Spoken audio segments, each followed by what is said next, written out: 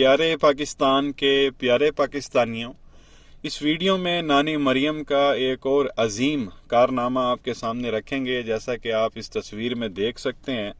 کہ نانی مریم جو ہے کسی ہال میں ایک چھوٹی سی جلسی کر رہی ہے، کیونکہ باہر یہ جلسے جلوس کر نہیں سکتے کیونکہ عوام آتی نہیں ہے۔ ابھی ریسنٹلی آپ نے دیکھا کہ جب یہ نانی مریم لندن سے یہاں پاکستان پہنچی تھی تو یہاں اس کو لینے کے لیے کوئی نہیں آیا ہوا تھا۔ بڑی انہوں نے ہائپ کریٹ کی ہوئی تھی کہ جی 10 لاکھ لوگ جا رہے ہیں نانی مریم کو ایئرپورٹ پر ریسیو کرنے کے لیے، تو وہاں پہ 100 لوگ بھی موجود نہیں تھے۔ یہ ان کی اپنی پارٹی کے لوگ کہہ رہے تھے کہ جی مریم کو لینے کے لیے 100 لوگ بھی جو ہے وہ نہیں آئے۔ تو یہ آپ دیکھ لیں، باہر یہ جلسے جلوس کر نہیں سکتے تو انہوں نے ایک ہال میں جو ہے وہ چھوٹی سی جلسی کی۔ وہاں پہ اپنے ہی پارٹی کے لوگ ان لوگوں نے بلا لیے، کو بریانی کے ڈبے شبے دے کے پارٹی کے ورکر۔ اور اب عظیم کارنامہ یہاں پہ یہ آپ یہ دیکھیں کہ یہ ہال کے اندر ایک چھوٹی سی جلسی ہو رہی ہے، اس میں بھی ان لوگوں نے جو ہے وہ خاردار تارے لگا دیے۔ اندازہ کریں جیسے یہ کہیں نا انڈیا پاکستان کے جو ہے وہ بارڈر پہ کھڑی ہوئی ہے اور کیمرہ مین بھی اسی طرف کھڑا ہوا ہے جس طرف یہ خود ہے، اور خاردار تارے لگا کے جو ہے وہ لوگوں کو دوسری طرف کر دیا، جیسے ان کو نا کوئی اچھوت کی بیماری ہے، کہیں بھاگ کے مریم کے پاس نہ آ جائیں اور مریم کو کوئی بیماری نہ لگ جائے۔ اب خان صاحب کو دیکھیں، خان صاحب جو ہے جب بھی جاتے تھے کسی جلسے سے جو ہے وہ تقریر کرنے کے لیے تو آپ نے کافی بار دیکھا ہوگا، حالانکہ لاکھوں کا مجمع ہوتا تھا، خان صاحب خاردار تارے خود جو ہے وہ ہٹوا دیتے تھے کہ یہ میری عوام ہے، میرے لوگ ہیں، ان کو آنے دو میرے پاس۔ وہ بڑا غصہ کرتے تھے۔ اور دوسری طرف یہ نانی مریم ہے، اس نے حال کے اندر یہاں 150 لوگ ہوں گے، اس میں بھی جب وہ خاردار تارے لگا دی ہیں کہ کوئی بھاگ کے میرے پاس نہ آ جائے۔ اب بندہ ان سے پوچھ لے کہ بھائی یہ کارنامہ کیوں کیا، تو یہ کہیں گے جی کہ سیکیورٹی کا مسئلہ ہے، کوئی سیکیورٹی ایشوز ہو سکتے ہیں، نانی مریم کے ساتھ کچھ ہو سکتا ہے۔ اور خان صاحب لاکھوں لوگوں کے سامنے کھڑے ہو کے خاردار تارے ہٹوا دیتے تھے اور عوام میں چلے جاتے تھے، حالانکہ جو جان کا خطرہ ہے وہ خان صاحب کو ہے۔ خان صاحب پہ جو ہے آپ کو پتہ ہے کہ وہ حملہ بھی آلریڈی ہو چکا ہے، ان کو گولیاں لگ چکی ہیں، اس کے باوجود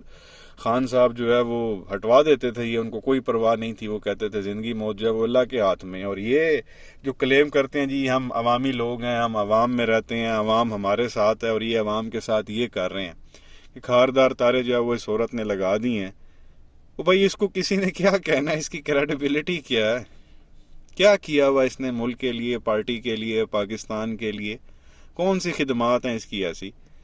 جو انہوں نے ابھی شوشہ چھوڑا تھا جی 10 لاکھ لوگ نانی مریم کو لینے جا رہے تھے۔ بھائی کیوں 10 لاکھ لوگوں نے آنا تھا نانی مریم کو لینے کے لیے؟ سوال تو یہ بنتا ہے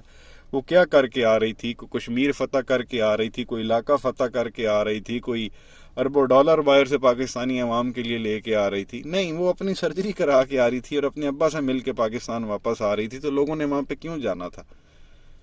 اور اسی بات پہ جو ہے وہ جیو نیوز پہ ایک آتا ہے وہ سہیل وڑیچ، اس کا پروگرام سے بھی آپ اچھی طرح سے واقف ہیں، وہ بھی کالم نگار اور پتہ نہیں تجزیہ نگار اور کیا کچھ جو ہے وہ بنا ہوا وہ بندہ، وہ نانی مریم کے بارے میں کیا فرما رہا تھا یہ آپ خود سن لیں اور ہنسنا منع، یہ سن لیں پھر آگے مزید بات کرتے ہیں۔ ان میں پاپولر ہے، کراؤڈ پولر ہے، کرزمیٹک ہے، جہاں جاتی ہیں بہت کراؤڈ لیتی ہیں۔ میرا خیال ہے کہ یہی پیمانہ ہے کسی کو جانچنے کا کہ اس کے ساتھ کتنے لوگ ہیں، عوام اس کو پسند کرتے ہیں یا نہیں کرتے۔ تو میرا خیال ہے کہ اس حوالے سے اور وہ آہستہ آہستہ سیڑھیاں چڑھی ہیں، اوپر سے اس طرح سے نہیں آئی۔ تو یہ پیارے پاکستانیوں، آپ نے سنا سہیل وڑیچ کہتا ہے کہ جی جو نانی مریم ہیں وہ بہت زیادہ پاپولر ہیں۔ اب وہ کہاں پہ پاپولر ہے سانوں تک کوئی نہیں پتا۔ پھر وہ کہتا ہے جی وہ کراؤڈ پولر ہے۔ میں ایک بات بتاؤں پیارے پاکستانی، کوئی ایک آپ عورت کسی چوک میں کھڑی کر دیں نا، اس کو میک اپ شیک اپ کرا کے کہیں بیوٹی پارلر سے تیار کرا کے لے آئیں، کسی چوک میں کھڑا کر دیں، وہاں پہ 500,000 بندہ ویسے ہی کھڑا ہو جائے گا اس کو دیکھنے کے لیے کہ بھائی یہ معاملہ یہاں پہ کیا ہے۔ تو یہ عورت وہاں جاتی ہے، 500,000 بندہ کھڑا ہو جاتا ہے، اور یہ پھر سہیل وڑیچ جیسے لوگ کہتے ہیں جی مریم نواز جو ہے وہ بڑی پاپولر ہے۔ اندازہ کریں، کرزمیٹک پرسنالٹی ہے جی ان کا وہ صدیق الفاروق کہہ رہا تھا بہت زیادہ جو ہے یہ کتابیں پڑھتی ہیں، بہت زیادہ کتابیں پڑھتی ہیں، آپ کو اس بات کا پتہ نہیں ہے، وہ بہت زیادہ مطالعہ کرتی ہیں، پتہ نہیں کیڑیاں کتابیں پڑھ دی ہے، سانوں تو آج تک نہیں سمجھ لگی۔ جب یہ باتیں شاتیں کرتی ہے اس کی اس پرسنالٹی سے تو کسی اینگل سے نہیں لگ رہا ہوتا کہ اس عورت کے پاس جو ہے وہ کوئی علم ہے جو سینکڑوں کیمروں کے سامنے نیشنل ٹیلی ویژن پہ بیٹھ کے یہ کہہ سکتی ہے کہ ہمارے پاس ویڈیوز ہیں گندی۔